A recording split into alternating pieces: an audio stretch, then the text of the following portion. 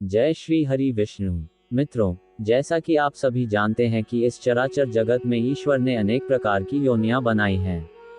उन्हीं योनियों में जीव जंतु भी शामिल हैं और अनेक प्रकार के कीड़े मकोड़े भी हैं, जिनमें से कुछ बड़े जीव हैं और कुछ छोटे जीव हैं। और इनमें से कुछ ऐसे जीव हैं जिनको कुछ दुष्ट मनुष्य मारकर खाते हैं। मित्रों, कुछ मनुष्यों के मन में ये प्रश्न अवश्य उठ रहा होगा कि क्या भगवान ने जीवों को मारकर खाने के लिए बनाया है? क्या मांस खाना पुण्य है या पाप?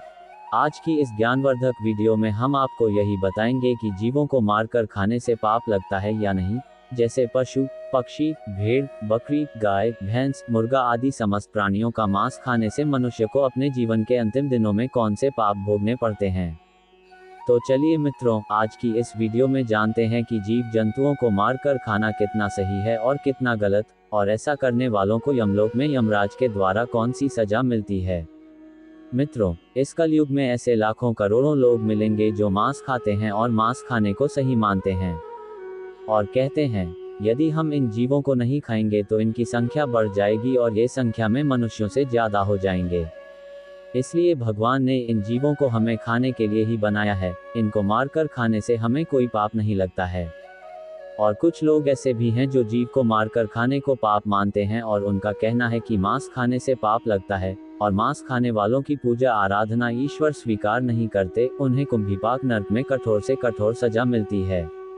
प्रिय मित्रों, आज मैं आपको एक बहुत ही सुंदर कथा के माध्यम से बताऊंगा कि मांस खाना मनुष्यों के लिए कितना सही है और कितना गलत, और भगवान ने मांस खाने वालों के बारे में क्या बताया है और उन्हें नरकलोक में कौन सी सजा मिलती है।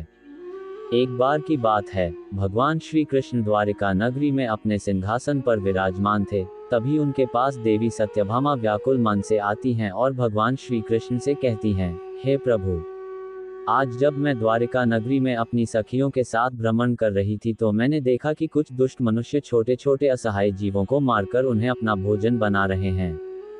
हे प्रभु, ये देखकर मेरे मन में एक प्रश्न उठ रहा है और मैं चाहती हूँ कि आप मेरे प्रश्न का उत्तर दें। तो भगवान श्री कृष्ण ने कहा, हे देवी सत्यभामा, तुम्हारे मन में कौन सा प्रश्न उठ रहा है, मुझे निश्चिंत होकर बताओ, मैं अवश्य ही आपके प्रश्न का उत्तर दूंगा। तो देवी सत्यभामा ने कहा, हे प्रभु, क्या छोटे छोटे इन निर्दोष जीवों को मारकर खाना मनुष्य के लिए पाप है या पुण्य है? तो भगवान श्री कृष्ण ने मुस्कुराते हुए कहा, हे देवी, मैं आपके इस प्रश्न का उत्तर एक पौराणिक कथा के माध्यम से देना चाहता हूँ। इस कथा को सुनकर तुम्हें पता चल जाएगा कि मांस खाना पाप है या पुण्य है। फिर देवी सत्यभामा उत्सुकता से बोली, प्रभु, आप कथा सुनाए, मैं आपके मुख से कथा सुनने के लिए उत्सुक हूँ। मित्रों, भगवान श्री कृष्ण ने कहा, हे देवी सत्यभामा, प्राचीन काल में चंद्रपुर नाम का एक गांव था। उस गांव में एक धनवान व्यक्ति रहता था। उसके घर में धन धान्य की कोई कमी नहीं थी। एक दिन उसने तीर्थ यात्रा पर जाने की योजना बनाई। तीर्थ यात्रा पर जाने से पहले उसने अपने घर में एक विशाल भंडारे का आयोजन किया और गांव के सभी लोगों को उस भंडारे में आमंत्रित किया। गांव के सभी लोग भंडारे में भोजन करने के लिए उसके यहाँ आए। मित्रों, उस धनवान व्यक्ति ने भंडारे में दो तरह के भोजन बनवाए थे, एक शाकाहारी भोजन और दूसरा मांसाहारी भोजन। मांसाहारी भोजन में उसने बकरी, मुर्गा, मछली आदि बनवाया था और सभी गांव वालों को बकरी, मुर्गा और मछली का मांस परोसा गया और गांव वालों ने बहुत स्वाद से खाया। और जो लोग मांस खाना पाप मानते थे, उन्होंने शाकाहारी भोजन खाया। और सभी गांव वालों के भोजन करने के बाद उस धनवान व्यक्ति ने जब ये देखा कि कुछ गांव वालों ने तो भोजन में मांस मछली खा ली परंतु कुछ लोगों ने इसको हाथ भी नहीं लगाया, और ये देखकर उस धनवान व्यक्ति ने सभी गांव वालों को एक जगह पर बुलाया और उन्हें संबोधित करते हुए कहा, मेरे प्रिय ग्राम वासियों, मैंने आप सभी को ये बताने के लिए एकत्रित किया है कि यह मांस मछलियां और छोटे जीवों को ईश्वर ने हम इंसानों को खाने के लिए ही बनाया है, ताकि हम उनको मारकर खा सकें। और ईश्वर ने अन्य भोजन के साथ साथ मनुष्यों को खाने के लिए मछलियां और कई तरह के छोटे छोटे जीवों को जन्म दिया है। उस धनवान व्यक्ति की यह बात सुनकर सभा में बैठा एक 18 वर्षीय लड़के ने कहा, श्रीमान जी, आप गलत कह रहे हैं। उस नवयुवक लड़के की इस बात को सुनकर वहां उपस्थित सब गांव के लोग आश्चर्यचकित हो गए और उसकी तरफ देखने लगे। तभी उस धनी व्यक्ति ने कहा, बेटा, तुम्हारे कहने का मतलब क्या है? तब उस लड़के ने बहुत ही सरल स्वभाव में कहा, श्रीमान जी, इस संसार में समस्त जीवों को परमात्मा ने बनाया है, लेकिन इनको मारकर खाने के लिए नहीं, बल्कि इनको अपना जीवन जीने के लिए। और ये छोटे छोटे जीव भी पृथ्वी पर रहने वाले मनुष्यों की तरह ही जन्म लेते हैं और मनुष्यों की तरह ही उनकी भी मृत्यु होती है। और जिस तरह हम मनुष्यों को चोट लगने पर पीड़ा होती है, उसी तरह उन्हें भी पीड़ा होती है। और इस संसार में कोई भी प्राणी किसी अन्य प्राणी से श्रेष्ठ नहीं है, बल्कि सभी जीव जंतु और मनुष्य समान हैं। वह अलग बात है कि ईश्वर की कृपा से मनुष्यों की बुद्धि ज्यादा विकसित है और जीव जंतुओं की कम, लेकिन इसका मतलब यह नहीं कि आप ज्यादा शक्तिशाली हैं तो अपने से कम शक्तिशाली वाले जीव को मारकर उन्हें अपना भोजन बनाएं। श्रीमान जी, ये कहना गलत है कि ईश्वर ने छोटे जीवों को हमें खाने के लिए बनाया है। हम अपने स्वाद के लिए और अपनी जीविका के लिए और भी चीजें खाकर अपना पेट भर सकते हैं। ईश्वर ने हमें जीव जंतुओं से अधिक बुद्धि दी है। इसका मतलब यह नहीं कि हम अपने शरीर के पोषण के लिए किसी को भी मारकर खा सकते हैं। यदि कोई जीव जंतु आपसे कमजोर है तो इसका मतलब यह नहीं कि आप उन्हें मारकर खाओगे और भगवान ने उन्हें आपके खाने के लिए बना दिया। अगर आपको छोटे जीवों को मारकर खाने में अच्छा लगता है, ठीक उसी प्रकार शेर, चीता और बाघ जैसे बड़े जानवरों को हमारे शरीर का मांस बहुत स्वादिष्ट लगेगा और वे जब चाहे हमें पकड़कर अपना भोजन कर सकते हैं। तो इसका मतलब ये कदापि नहीं है कि ईश्वर ने हमें शेर, चीता और बाघ के भोजन के लिए बनाया है। यदि आप ऐसा मानते हैं कि मुर्गा, मछली, भेड़, बकरी को भगवान ने हमारे भोजन के लिए बनाया है, तो फिर शेर, चीता, बाघ से अपनी रक्षा क्यों करते हो? भगवान ने आपको भी तो उनके भोजन के लिए बनाया है, तो आप शेर, चीता और बाघ जैसे जानवरों से खुद को क्यों बचाते हो? आगे वह लड़का उस धनवान व्यक्ति से कहता है, हे श्रीमान, जिस प्रकार आपको अपना शरीर प्यारा है, आपको अपनी जान प्यारी है, उसी तरह सभी प्राणियों को अपनी जान प्यारी है और अपना शरीर प्यारा है, चाहे वह छोटा जीव हो या बड़ा। मनुष्य अपने आप को सभी जीवों से श्रेष्ठ समझता है, परंतु वास्तव में यह मनुष्य कभी कभी मूर्खों वाले काम करता है। ये दुष्ट मनुष्य अपने से छोटे जीवों को मारकर खाते हैं। मित्रों, इस तरह उस नवयुवक लड़के की बात सुनकर उस धनवान व्यक्ति का मुंह बंद हो गया और वह सभा के सामने बहुत लज्जित हुआ और गांव के सभी लोग उस लड़के की इन बातों से सहमत हो गए। और फिर भगवान श्री कृष्ण ने देवी सत्यभामा से कहा, देवी, मैं तुम्हें भगवान शिव जी का एक और उपदेश सुनाता हूँ। इस उपदेश को स्वयं भगवान शिव जी ने माता पार्वती को सुनाया था। हे देवी, इस उपदेश को सुनने के बाद आपको पता चल जाएगा कि मांस खाना पाप है या पुण्य। तो देवी सत्यभामा ने कहा, सुनाए प्रभु, इस कथा को पूरा मन लगाकर सुनना, नहीं तो कथा आपकी समझ में नहीं आएगी, क्योंकि आधी अधूरी कथा सुनने वाले लोग ही मांस, मछली और छोटे जीवों को मारकर खाते हैं। जो कथा को पूरी सुनता है, वह जीवन में ऐसा पाप कभी नहीं करता है और उसके घर में माता लक्ष्मी जी वास करती हैं। मित्रों, कथा सुनाते हुए भगवान श्री कृष्ण कहते हैं, हे देवी, एक बार एक सन्यासी महात्मा जंगल में तपस्या कर रहे थे। तभी उनके पास एक छोटा सा मृग तेजी से भागता हुआ आया और उनके पीछे छिप गया। वह हिरण बहुत भयभीत था। उस भयभीत हिरण को देखकर सन्यासी महात्मा की तपस्या भंग हो गई और उन्होंने गुस्से में उस हिरण से पूछा, हे मृग, तुम इतने डरे हुए क्यों हो? तुम्हें क्या परेशानी है और किसके डर से तुम मेरे पीछे छुपे हुए हो? मित्रों, वह सन्यासी महात्मा उस हिरण से यह पूछ ही रहे थे, तभी वहां पर एक व्याधा पहुंचा जिसके हाथ में धनुष और बाण थे। वह व्याध सन्यासी महात्मा से कहने लगा, हे सन्यासी, इस हिरण को मुझे दे दो। मैंने इस हिरण को अपना शिकार बनाने के लिए इसका पीछा काफी दूर से किया है, इसलिए इस हिरण पर मेरा अधिकार है और यह मेरा शिकार है। मैं इसे मारकर अपना भोजन बनाऊंगा। व्याध की यह बात सुनकर सन्यासी महात्मा उस पर हंसने लगे और बोले, अरे मूर्ख, तुझे इतना भी नहीं पता कि इस संसार में किसी भी जीव पर किसी का अधिकार नहीं होता। हर प्राणी पर केवल उसका ही अधिकार होता है। फिर शिकारी कहता है, नहीं, इस हिरण पर मेरा अधिकार है और मैं इसका शिकार करके इसको मारकर खाऊंगा। तब सन्यासी महात्मा शिकारी से कहते हैं, किसी प्राणी को मारकर खाने का अधिकार तुम्हें किसने दिया? और इसको मारने का अधिकार तो उसको भी नहीं है जिसने इसे जन्म दिया है।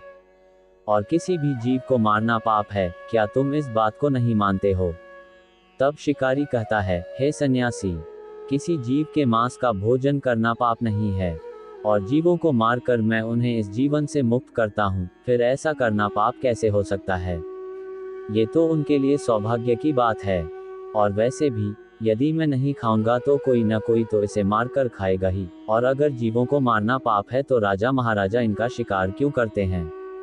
क्या उन्हें इन्हें मारते समय पाप नहीं लगता? व्याध की यह बात सुनकर वह सन्यासी महात्मा समझ गए कि इसकी बुद्धि शिकार करते करते और मांस खाते खाते मंद पड़ गई है और इसे पाप और पुण्य का ज्ञान नहीं है। तब वह सन्यासी महात्मा उस शिकारी को एक कहानी सुनाते हुए कहते हैं कि हे वत्स, इस कहानी को ध्यान से सुनना कि लोग जीवों का शिकार क्यों करते हैं और मांस क्यों खाते हैं, और इसे खाने से हमें कौन सा पाप भुगतना पड़ता है। तब कहानी सुनाते हुए सन्यासी महात्मा कहते हैं, हे व्याध, एक बार अंग देश में भयंकर अकाल पड़ गया था। लोगों की फसलें पूरी तरह से नष्ट हो गई थीं। वहां के लोग भोजन की तलाश में इधर उधर भटकने लगे और लोग भूख से मरने लगे थे। अपनी प्रजा की ये दशा देखकर वहां के राजा को इस बात की बहुत चिंता हुई कि लोग भूख से मर रहे हैं और वह उनके लिए कुछ भी नहीं कर पा रहा है। तभी उस राजा ने एक सभा बुलाई और अपने मंत्री से पूछा कि लोगों को इस भोजन के अकाल से और भूखमरी से कैसे बचाया जाए। राजा की बात सुनकर सभा में उपस्थित सभी मंत्री महामंत्री सोच में पड़ गए कि इसका उपाय क्या है। तब उस सभा में एक मांस खाने वाला व्यक्ति बैठा था। उसने सोचा कि मांस को भोजन में शामिल करने का यह अच्छा मौका है। यदि राजा की अनुमति मिल गई तो हम खुलेआम जीवों को मारकर अपना भोजन बना सकेंगे और मनमानी करेंगे, कोई रोक टोक भी नहीं होगी। उसने राजा को सुझाव देते हुए कहा, महाराज, इस भूखमरी से बचने का एक विकल्प है, क्यों न हम जीवों को मारकर उनका मांस खाएं। इससे भूखमरी का संकट भी दूर हो जाएगा और भोजन का अकाल भी खत्म हो जाएगा। इसमें धन भी खर्च नहीं होगा और हमारा पेट भी भर जाएगा।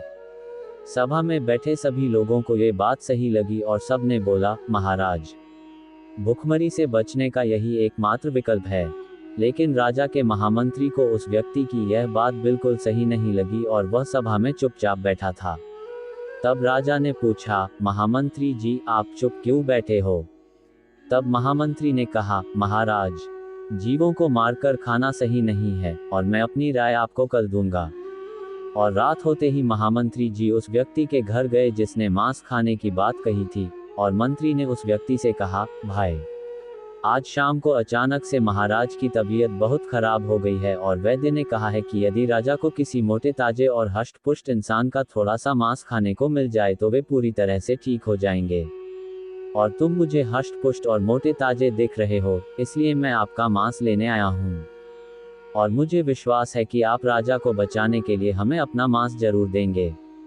यदि तुम हमें अपने शरीर से थोड़ा सा मांस दे दोगे तो महाराज ठीक हो जाएंगे। इसके बदले में महाराज तुम्हें बहुत सारा धन देने के लिए तैयार हैं। महामंत्री की यह बात सुनकर वह आदमी बहुत डर गया और वह भागता हुआ अपने घर के अंदर गया और अपने घर से बहुत सी स्वर्ण मुद्राएं लाकर महामंत्री को दे दिया और कहा, महामंत्री जी, आप मेरे शरीर के मांस के बदले ये स्वर्ण मुद्राएं ले लीजिए और इन स्वर्ण मुद्राओं से किसी और का मांस खरीद लीजिए। फिर महामंत्री बोले, नहीं भाई, राजा ने आपका ही मांस लाने को कहा है क्योंकि आप बहुत हष्ट-पुष्ट हैं और थोड़ा सा मांस देने से आपका कुछ नहीं बिगड़ेगा और राजा की जान भी बच जाएगी, और इसके बदले महाराज तुम्हें राजकीय सलाहकार के पद पर नियुक्त कर देंगे। ये सुनकर वह व्यक्ति महामंत्री के पैर पकड़कर बोला, मंत्री जी, मुझे माफ कर दो, मैं अपने शरीर का मांस नहीं दे सकता। इतना कहकर वह वहां से भागने लगा। मंत्री ने कहा, तुमको यहाँ से भागने की कोई जरूरत नहीं है। यदि तुमको अपना मांस नहीं देना है तो मत दो, मैं तुम्हारी यह स्वर्ण मुद्राएं लेकर जा रहा हूँ। इतना कहकर महामंत्री वहां से चले गए और इसी प्रकार एक एक करके महामंत्री नगर के सभी घरों में गए और सबसे इसी तरह अपने शरीर से थोड़ा मांस देने का आग्रह किया, लेकिन सबने मांस के बदले अपने अपने घर से लाकर स्वर्ण मुद्राएं दी।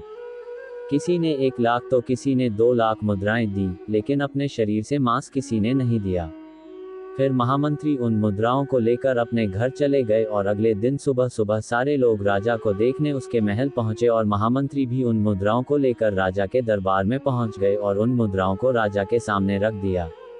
इतना सारा धन देखकर राजा बोले, महामंत्री जी, आप इतना सारा धन कहां से लाए हैं?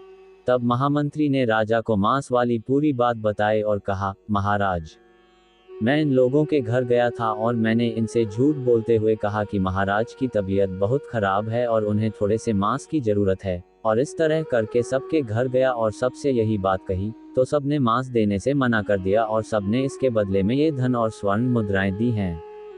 फिर महामंत्री ने कहा, महाराज, अब आप ही इस बात का निर्णय लीजिए कि इन लोगों ने अपने शरीर का मांस देने से मना कर दिया और बदले में इतना सारा धन दिया है, और यही लोग कल सभा में बोल रहे थे कि हम जीवों को मारकर उनका मांस खाकर भूखमरी से बच सकते हैं।